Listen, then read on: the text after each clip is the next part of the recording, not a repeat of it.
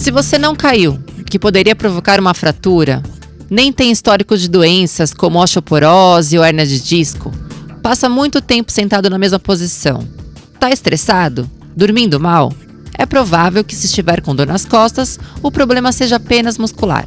Eu disse provável, pois quem irá nos dizer se estou certo ou não é o Dr. Alexandre Sadal, ortopedista especializado em coluna do Hospital Moriá. Olá, doutor, seja muito bem-vindo ao podcast da série O Hospital. Oi, Renata, tudo bem? Obrigado pela oportunidade de conversar com vocês. E, na verdade, além de estar correto, é bastante atual o que você está falando, Renata. As dores nas costas, elas, na verdade, não são uma doença, né? É um sintoma, dor, né? Assim como dor de cabeça, dor de barriga. E ela, às vezes, na verdade, na maior parte das vezes, está associada, assim, a problemas na coluna, mas na maior parte das vezes ela não é grave, e se você não tem alguns sinais, como você falou, trauma, osteoporose, hérnia de disco, na maior parte das vezes são dores de baixa complexidade e gravidade mesmo, sem uma importância muito grande. Como o senhor falou, né, atual, a gente pode dizer que nessa época que o pessoal está bastante em casa, em home office, teve uma crescente nessas dores nas costas, dores musculares provocadas por uma postura? Renata, muito, a incidência de dores, né, ele aumenta muito agora nessa fase da pandemia, e provavelmente as causas principais são o aumento do estresse, a diminuição da atividade física, né? E, na verdade, esses são os dois grandes fatores, os fatores que a gente considera maiores para conseguir diminuir a incidência de dores lombares. E foi justamente o que a gente acabou perdendo aí nessa fase de pandemia. Todo mundo estressado com doença, com risco de ficar muito doente, de ter causas mais graves, estressado muitas vezes com o trabalho, falta de dinheiro, né? Que acometeu muita gente aqui na pandemia. Então, sim, teve muito aumento de dor lombar, de dor cervical na pandemia. Casos são dores musculares, né? Mas que tipos de dor nas costas a gente pode pontuar que tem, doutor? Vamos lá, dor, como eu falei para você, só um sintoma, pode ou não estar relacionado à coluna, e a gente classifica de várias maneiras, mas uma delas é em relação ao tempo de aparecimento, né? Aquelas crises de dor que duram até 3 semanas, nós chamamos de agudas, e as dores crônicas, né? Que são aquelas que duram mais do que 3 meses e que acometem uma porcentagem relativamente pequena da população. As dores nas costas, elas podem estar associadas a sinais de gravidade, isso é importante, sinais de comprometimento da medula e dos nervos, né? Que tem características principais de irradiação, tanto para os braços e para as pernas, perda de força, e as dores que a gente julga sem menor gravidade, quando não tem nada daquilo que você falou, né? Fratura, histórico de tumor ou perda de força e radiação para as pernas. Então, dores relacionadas à gravidade, que chamamos de sinais de alerta, ou sem sinais de gravidade. Como que a gente consegue aliviar uma dor nas costas assim em casa, assim, no primeiro momento? A maior parte das vezes não é uma dor assim pequena, pontual, não há necessidade de procurar um médico, a não ser que apareça um sinal de alerta. A gente pode aliviar com medidas simples, Renata. Um calorzinho no local, eventualmente um analgésico simples. E normalmente essas dores, elas têm como características passar de maneira espontânea em até 3 semanas. Por isso que a gente não as considera grave. E outro ponto importante, né, é que a intensidade da dor, ela não tem uma relação direta com a gravidade. Não é porque a dor é mais forte que o problema é necessariamente mais grave. Então, quando que a pessoa que está sentindo uma dor na coluna deve procurar um médico? Excelente pergunta, Renata. Assim, deve procurar um médico quando estiver associado a um sinal de alerta, né? Que é um sinal de que as estruturas nervosas podem estar comprometidas. E para o paciente isso significa um predomínio de irradiação para as pernas, então a dor nas pernas mais importante do que nas costas. Quando você tem um histórico de câncer pessoal já há algum tempo, uma perda de peso sem um motivo, né? Sem fazer dieta, nada. Quando tem febre associada à dor. E, doutor Sadal, a gente está falando de doenças mais graves, né? Detectado esse problema, quais seriam essas doenças? O que poderia provocar essa dor na coluna, sendo algo mais grave? Então, quando a coluna vai desgastando, uma das estruturas que mais desgasta é o disco, né? Esse disco parece uma almofadinha que fica entre as vértebras.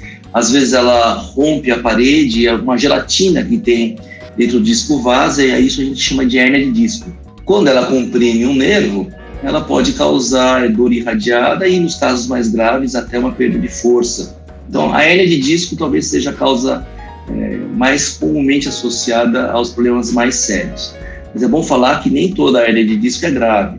Uma porcentagem muito pequena dos pacientes tem hérnia de disco com gravidade. A maioria tem a hérnia e ela não causa qualquer tipo de problema. E qual seria o tratamento, doutor, para uma hérnia de disco? É só cirurgia ou tem algum outro tratamento que a pessoa possa fazer? A maior parte das hérnias de disco não precisa de cirurgia, mais de 90%, né? Na verdade, a cirurgia é uma exceção ao tratamento e não a regra, né? As hérnias de disco, após o diagnóstico, elas têm uma tendência natural de regressão, de ser absorvidas, parcial ou totalmente, uma cicatrização, e para de comprimir o nervo e melhora a dor na perna. Esse curso, né, só é mais demorado, às vezes a dor demora 3 meses para aliviar completamente, e normalmente os pacientes têm de 2 a 3 semanas mais chatas e depois a dor começa a melhorar. Quando a dor persiste por muito tempo ou então há um déficit de força associado, a cirurgia está indicada, mas é exceção, não é regra.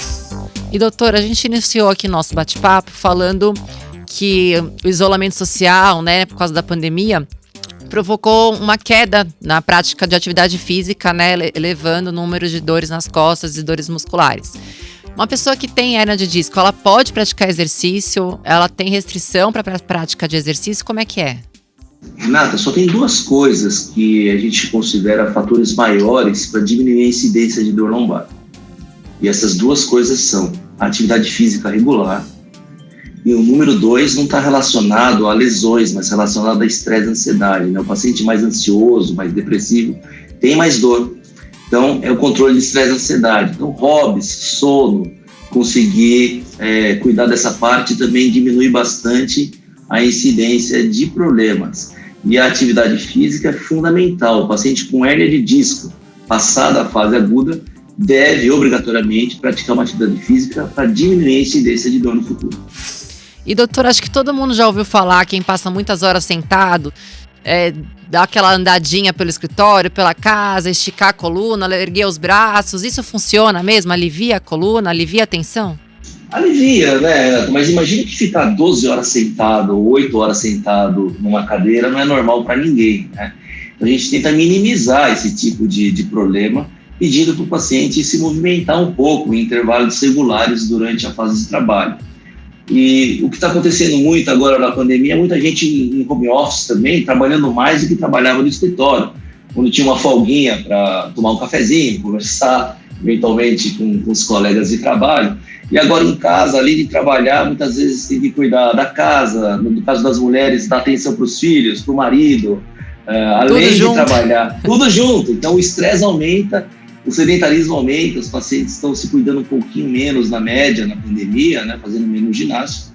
E isso é um dos fatores para enfraquecer um pouquinho a musculatura, ficar mais estressado e, portanto, ter mais dor. Então, gente, vamos praticar exercício, que é importante. Uma caminhadinha no quarteirão já ajuda, né, doutor?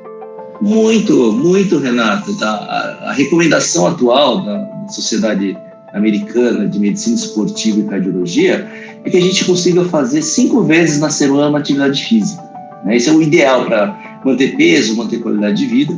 Pode parecer demais, mas dessas 5 vezes, se 2 vezes forem um pouquinho mais intensas, por exemplo, uma musculação, uma dança, andar de bicicleta, e das outras 3, uma caminhadinha de 30 minutos é o suficiente. Ou então, 3 vezes na semana, com um pouquinho mais de intensidade. Já é o suficiente, e essa é a prática que deve ser desejada pela população. E doutor, outra pergunta assim, que é muito recorrente, assim, o pessoal quer saber como é que é a dor na coluna relacionada a infarto. Uma coisa tem relação com a outra ou não? Pode ter sim. Como eu falei para você, dor lombar ou dor nas costas é só um sintoma, né, Renata? Então pode estar associado a uma série de doenças. Entre elas, que não é tão frequente assim, é o infarto, né? Dependendo da posição onde o coração teve um infarto, ele pode dar uma dor posterior nas costas, uma dor torácica, às vezes irradia para o braço, às vezes aparece com uma dor epigástrica, essa dor na parte anterior, superior da barriga, como se fosse uma gastrite. Então a dor torácica alta pode estar relacionada assim ao infarto. essa dor, assim, em geral, o infarto vem em pacientes com alguma associação de mau hábito, né? Cigarro, sedentarismo, sobrepeso, ou histórico familiar, né? Então, nesse perfil de paciente, é um dos diagnósticos que a gente tem que pensar assim. E agora uma pergunta também focada num público muito especial, que são as grávidas, né? Que tem muita dor na coluna. O que elas podem fazer para aliviar? Tem alguma dica para esse momento tão especial da vida da mulher, né? Mas que a gente sabe que provoca muita dor na coluna.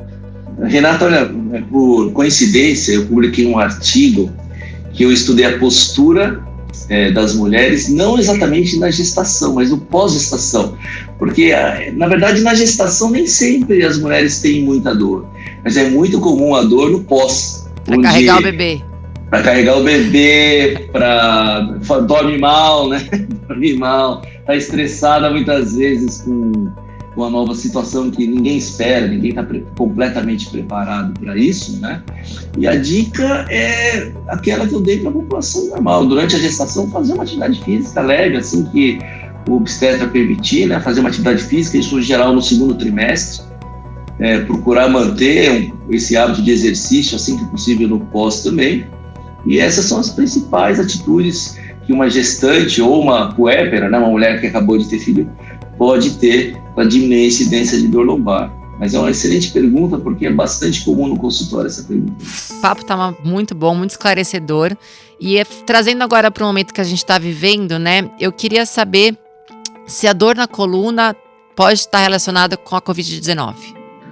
Nossa, Renata, eu tenho até medo de falar isso, porque vai parecer paciente com dor lombar ou dor nas costas achando que é Covid, mas na verdade a gente teve um aumento muito grande assim, de dores musculares, pós-Covid principalmente, né? O Covid parece estar associado, seja pela imobilização ou pela própria ação da doença, alterações musculares, alterações de nervos, com neuropatia muitas vezes, e a gente tem visto bastante mesmo dores musculares, dores lombares, dores nas pernas associadas ao pós-Covid. E provavelmente a gente vai ver um aumento muito grande disso nos próximos meses e anos, nessa fase aí pós-Covid. Doutor, eu acho que a gente já falou bastante coisa, queria ver se eu esqueci de fazer alguma pergunta, tem alguma coisa que o senhor gostaria de pontuar relacionada a esse assunto que a gente está conversando? Assim, acho que o mais importante, a gente fica procurando sempre um tratamento passivo para dor nas costas, né? A gente quer, por exemplo, tomar um remédio mágico ou uma solução que consiga resolver, uma cirurgia que resolva todos os problemas da coluna, mas o que a gente realmente precisa são medidas extremamente simples para diminuir a dor lombar, simples de falar, difíceis de fazer, que é fazer ginástica e conseguir controlar o estresse do dia a dia. E isso é o que dá mais resultado, né? Doutor, o senhor gostaria de pontuar mais alguma coisa para a gente? Assim, acho que o mais importante, a gente fica procurando sempre um tratamento passivo para dor nas costas, né? A gente quer, por exemplo, tomar um remédio mágico ou uma solução que consiga resolver, uma cirurgia que resolva todos os problemas da coluna, mas o que a gente realmente precisa são medidas extremamente simples para diminuir a dor lombar, simples de falar, difíceis de fazer, que é fazer ginástica e conseguir controlar o estresse do dia a dia. Perfeito, doutor. Mais uma vez, muito obrigada, doutor Alexandre Sadal, ortopedista especializado em coluna do Hospital Moriá. Obrigada, doutor, pela participação. Eu que agradeço pela oportunidade de falar de um tema que eu gosto tanto, né? Aproveito para convidar você que está nos ouvindo a seguir as redes sociais da série O Hospital, @ohospital, e também acessar o site r7.com/ohospital. Muito obrigada pela companhia e até o próximo.